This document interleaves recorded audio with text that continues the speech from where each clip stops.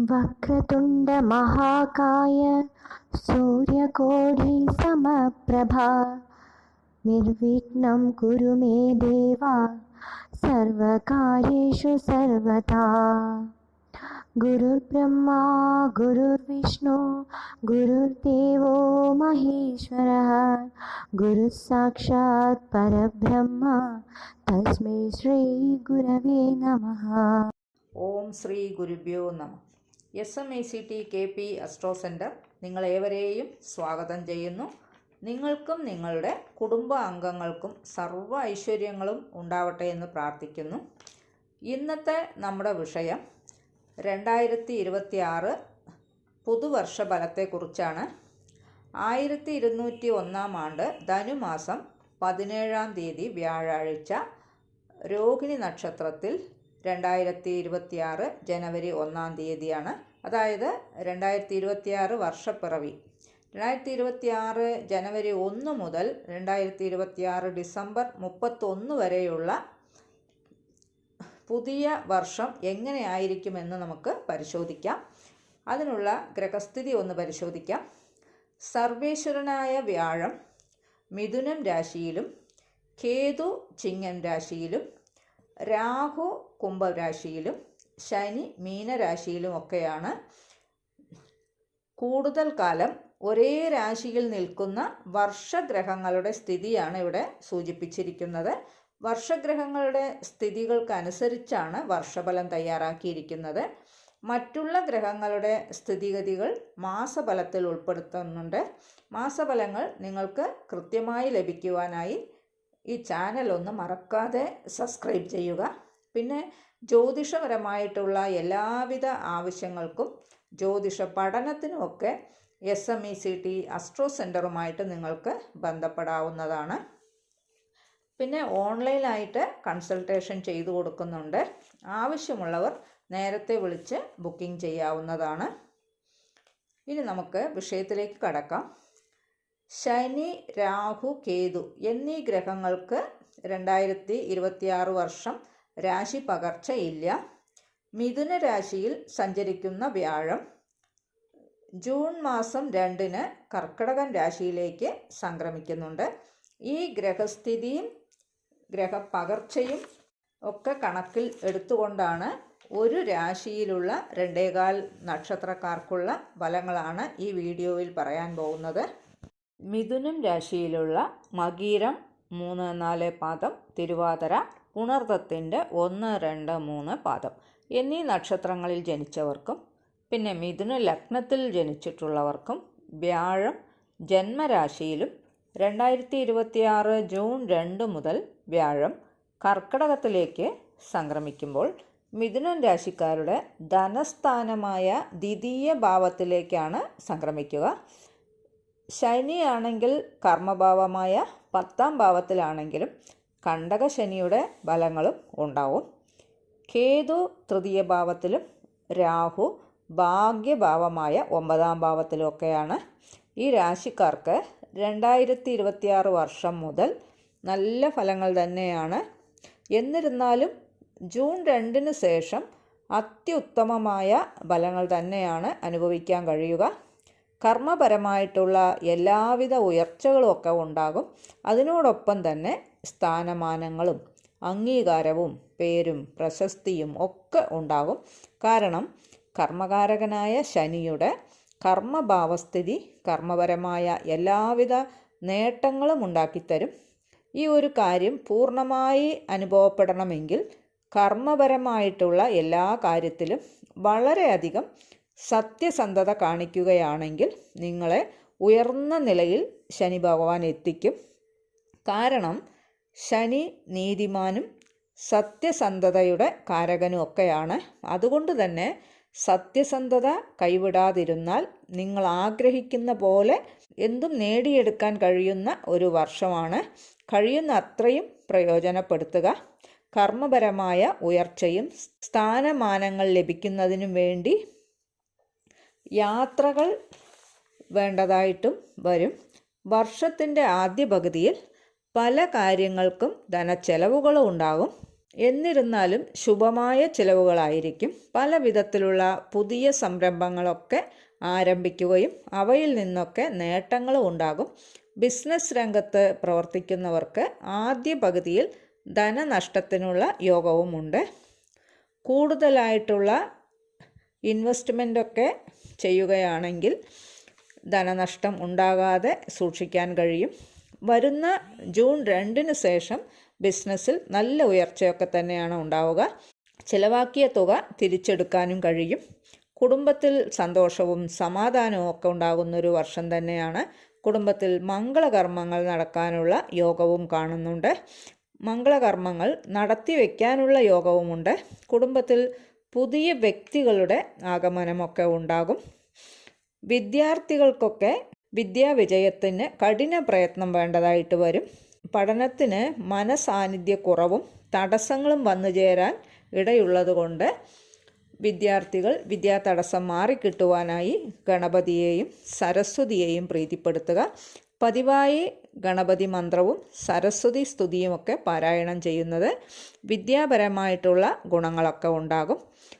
ഉന്നത പഠനത്തിന് പോകുന്നവർക്ക് ചില തടസ്സങ്ങൾക്ക് ശേഷം മാത്രമേ കാര്യം സാധ്യമാകുകയുള്ളൂ. വിദ്യാർത്ഥികൾക്ക് മാത്രമല്ല, ഈ രാശിയിലുള്ളവർക്ക് 3-ാം ഭാവത്തിലെ കേതു പരിശ്രമങ്ങൾക്ക് തടസ്സം സൃഷ്ടിക്കും. കാര്യങ്ങളൊക്കെ നടക്കുമെങ്കിലും അതോടൊപ്പം തന്നെ തടസ്സങ്ങളും തന്നുകൊണ്ടിരിക്കും. പതിവായി ഗണപതിയെയും ഹനുമാൻ സ്വാമിയെയും പ്രീതിപ്പെടുത്തുക മൂലം തടസ്സമൊക്കെ മാറിക്കിട്ടും. ഉദ്യോഗാർത്ഥികൾക്ക് വർഷമധ്യത്തിന് ശേഷം ഉദ്യോഗ സംബന്ധമായ സ്ഥാനക്കയറ്റവും ശമ്പളവർധനവും പേരും പ്രശസ്തിയൊക്കെ ലഭിക്കും. അതോടൊപ്പം തന്നെ ഉദ്യോഗ സംബന്ധമായ യാത്രകൾ അടിക്കടി വേണ്ടതായിട്ടൊക്കെ വരും. പുതിയതായി ജോലിക്ക് ശ്രമിക്കുന്നവർക്ക് വർഷമധ്യത്തിന് ശേഷം ജോലി ലഭിക്കും. ബാങ്ക് ജോലിക്കും സർക്കാർ ജോലിക്കുമൊക്കെ സമയം വളരെ അനുകൂലമായി വരും. സർക്കാർ ജോലിക്കായി കാത്തിരിക്കുന്നവർക്ക് ഈ സമയം കൂടുതലായി പരിശ്രമിക്കുന്നത് വളരെയേറെ ഗുണം കിട്ടും. സർക്കാർ ആനുകൂല്യങ്ങൾക്കൊക്കെ പ്രതീക്ഷിച്ചിരിക്കുന്നവർക്ക് സർക്കാർ ആനുകൂല്യങ്ങൾ ലഭിക്കും. ജോലിക്കായി കാത്തിരിക്കുന്നവർക്കും ജോലിയും ലഭിക്കാനുള്ള യോഗമൊക്കെ ഉണ്ട്. എങ്കിലും ജോലിയിൽ അധ്വാന കൂടുതലും ഉണ്ടാകും. ഉദ്യോഗത്തിലുള്ളവർക്ക് ഏത് ജോലി ചെയ്യുമ്പോഴും ശ്രദ്ധയോടുകൂടി ചെയ്യേണ്ട ഒരു സമയം കൂടിയാണ്. തൊഴിൽപരമായിട്ടുള്ള ശത്രുതയും ഉണ്ടാകും. എങ്കിലും ശത്രുക്കളെ ജയിക്കാൻ കഴിയും. കൂട്ടുകെട്ടുകളിലൊക്കെ ശ്രദ്ധ വേണം. സുഹൃത്തുക്കൾക്കും ശത്രുത തോന്നിയെന്ന് വരാം. ഈ വർഷം വീട് കെട്ടാനോ വീട് വാങ്ങിക്കാനോ പിന്നെ പഴയ വീടൊക്കെ പുതുക്കി പണിയാനോ ഒക്കെ ആഗ്രഹിക്കുന്നവർക്ക് ആഗ്രഹമൊക്കെ സഫലമാകും. മാതാവിൻ്റെ ആരോഗ്യനില അത്ര തൃപ്തികരമായി കാണുന്നില്ല. അമ്മയുടെ കുടുംബവുമായി അഭിപ്രായ വ്യത്യാസം ഉണ്ടാകാതിരിക്കാനും പ്രത്യേകം ശ്രദ്ധിക്കണം. വാഹനമൊക്കെ വാങ്ങിക്കാൻ ആഗ്രഹിക്കുന്നവർക്ക് ആഗ്രഹം സാധിച്ചു കിട്ടും. ഭൂമി സംബന്ധമായിട്ടുള്ള നേട്ടങ്ങളൊക്കെ ഉണ്ട്. സ്വന്തം പേരിൽ ഭൂമി ഇല്ലാത്തവർക്ക് സ്വന്തം പേരിൽ ഭൂമി ലഭിക്കാനുള്ള യോഗവുമുണ്ട്. ഒന്നിൽ കൂടുതൽ വീടോ സ്വത്തോ ഒക്കെ ഉണ്ടാകാനുള്ള ഒരു യോഗമൊക്കെ ഉണ്ട്. വീടോ ഭൂമിയോ ഒക്കെ ക്രയവിക്രയം നടത്താൻ ആഗ്രഹിക്കുന്നവർക്ക് സമയം വളരെ അനുകൂലം തന്നെയാണ്. എന്നിരുന്നാലും തുടക്കത്തിൽ ചില തടസ്സങ്ങൾ ഉണ്ടായ ശേഷം മാത്രമേ നടക്കുകയുള്ളൂ. ഈ രാശിയിലുള്ള വിവാഹപ്രായക്കാർക്ക് വിവാഹത്തിന് വളരെ അനുകൂലമായൊരു വർഷം തന്നെയാണ്. മനസ്സിൽ ആഗ്രഹിക്കുന്ന വിധത്തിലുള്ള ബന്ധമൊക്കെ വന്നു ചേരും. അതേപോലെ തന്നെ സന്താന ഭാഗ്യത്തിനായിട്ടൊക്കെ കാത്തിരിക്കുന്നവർക്കും വർഷ ആരംഭം തന്നെ വളരെ അനുകൂലമാണ്. ദമ്പതികൾ തമ്മിൽ യോജിച്ചു പോകും. ചില അഭിപ്രായ വ്യത്യാസങ്ങളൊക്കെ ഉണ്ടായാൽ കൂടി ഉടനെ തന്നെ രമ്യതയിലാവുകയും ചെയ്യും. ഉന്നത വിദ്യാഭ്യാസത്തിനായി വിദേശത്തേക്കൊക്കെ പോകാൻ ആഗ്രഹിക്കുന്നവർക്ക് ആഗ്രഹം നടന്നു കിട്ടും. ഉദ്യോഗ സംബന്ധമായി വിദേശത്തേക്ക് പോകാൻ ആഗ്രഹിക്കുന്നവർക്കും വിദേശത്ത് ജോലിയിലുള്ളവർക്കും ഈ വർഷം സമയം വളരെ അനുകൂലം തന്നെയാണ്. വർഷത്തിൻ്റെ ആദ്യ പകുതിയിൽ ചില ബാധ്യതകളൊക്കെ ഉണ്ടാകും. എങ്കിലും വർഷത്തിൻ്റെ 2-ാം പകുതിയിൽ അവയെല്ലാം വീട്ടി തീർക്കാനും കഴിയും. ധനപരമായിട്ടുള്ള നേട്ടങ്ങളും ഉദ്യോഗത്തിൽ സ്ഥാനക്കയറ്റവും ശമ്പള വർധനവും ഒക്കെ തന്നെ ഉണ്ടാകും. സന്താന ഗുണമുള്ളൊരു വർഷം തന്നെയാണ്. അവരുടെ നേട്ടങ്ങളിൽ അത്യധികം സന്തോഷിക്കുവാനും കഴിയും. പ്രണയിതാക്കൾക്ക് പ്രണയം വിവാഹത്തിൽ എത്തിച്ചേരും. ആഗ്രഹിച്ച കാര്യങ്ങളൊക്കെ തന്നെ നടന്നു കിട്ടും. ഷെയർ മാർക്കറ്റിലൊക്കെ പ്രവർത്തിക്കുന്നവർക്ക് ഈ വർഷം അനുകൂലം തന്നെയാണ്. കക്ഷി രാഷ്ട്രീയങ്ങളിലൊക്കെ പ്രവർത്തിക്കുന്നവർക്ക് അവർ ആഗ്രഹിച്ച വിധത്തിൽ കാര്യങ്ങളൊക്കെ നടന്നു കിട്ടും. സാമ്പത്തികമായ ഉയർച്ചയും സ്ഥാനമാനങ്ങളും അംഗീകാരവും ഒക്കെ ലഭിക്കും. ആരോഗ്യപരമായി വർഷത്തിൻ്റെ രണ്ടാം പകുതി മുതൽ അനുകൂലമായിട്ട് കാണുന്നില്ല. ഉഷ്ണസംബന്ധമായ രോഗങ്ങൾ, പിന്നെ രക്തസമ്മർദ്ദം മൂലമുള്ള ആരോഗ്യ പ്രശ്നങ്ങളൊക്കെ ഉണ്ടാകാനിട വരും. പ്രത്യേകം ശ്രദ്ധിക്കേണ്ടതുണ്ട്. ചില ചികിത്സകൾ വേണ്ടതായിട്ടും വരാം. കോടതി വഴക്ക് പ്രശ്നങ്ങളൊക്കെ ഉള്ളവർക്ക് അവയിൽ വിജയമുണ്ടാകും.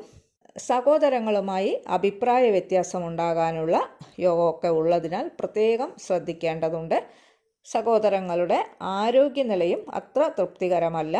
അവർക്ക് വയറുമായി ബന്ധപ്പെട്ട പ്രശ്നങ്ങൾ, അലർജി എന്നിവയ്ക്കൊക്കെ ഉള്ള യോഗമൊക്കെയാണ് കാണുന്നത്. വർഷത്തിൻ്റെ രണ്ടാം പകുതിയിൽ അപ്രതീക്ഷിതമായ ധനലാഭങ്ങൾക്കുള്ള യോഗവുമുണ്ട്. ഇൻഷുറൻസ് തുകയൊക്കെ കിട്ടാനുള്ള യോഗവുമുണ്ട്. വാഹനമൊക്കെ കൈകാര്യം ചെയ്യുന്നവർ പ്രത്യേകം ശ്രദ്ധിക്കേണ്ട ഒരു വർഷം കൂടിയാണ്. പല വിധത്തിലുള്ള നേട്ടങ്ങൾ ഉള്ളതുപോലെ തന്നെ ചില കോട്ടങ്ങളും ഉണ്ട്. അവയെല്ലാം ശ്രദ്ധിക്കണം. പിതൃകുടുംബത്തിൽ നിന്ന് സ്വത്ത് കിട്ടാനുള്ളവർക്ക് സ്വത്ത് കിട്ടും. പിതാവ് നിമിത്തമോ പിതൃകുടുംബത്തിൽ നിന്നോ ധനപരമായിട്ടുള്ള നേട്ടങ്ങളൊക്കെ ഉണ്ടാകും. കർമ്മപരമായിട്ടുള്ള പല ഉയർച്ചകളും ഉള്ള ഒരു വർഷം കൂടിയാണ്. മൂത്ത സഹോദരങ്ങൾ, ഉറ്റ മിത്രങ്ങളൊക്കെ ആയിട്ട് അഭിപ്രായ വ്യത്യാസം ഉണ്ടാകാതിരിക്കാൻ പ്രത്യേകം ശ്രദ്ധിക്കുക. പിന്നെ സംഘങ്ങൾ, ട്രസ്റ്റ് എന്നിവയിലൊക്കെ പ്രവർത്തിക്കുന്നവരുണ്ടെങ്കിൽ ധനപരമായ കാര്യങ്ങളൊക്കെ കൈകാര്യം ചെയ്യുന്നവർ പ്രത്യേകം ശ്രദ്ധിക്കണം. പേരുദോഷവും മനപ്രയാസവും ഉണ്ടാകാനുള്ള യോഗമൊക്കെ കാണുന്നുണ്ട്. ഈ ദോഷവശങ്ങൾക്കൊക്കെ പരിഹാരമായി ശനിയാഴ്ച വ്രതവും ശനീശ്വര പ്രീതിയും വരുത്തുക. ശാസ്താവിനെ ഭജിക്കുക.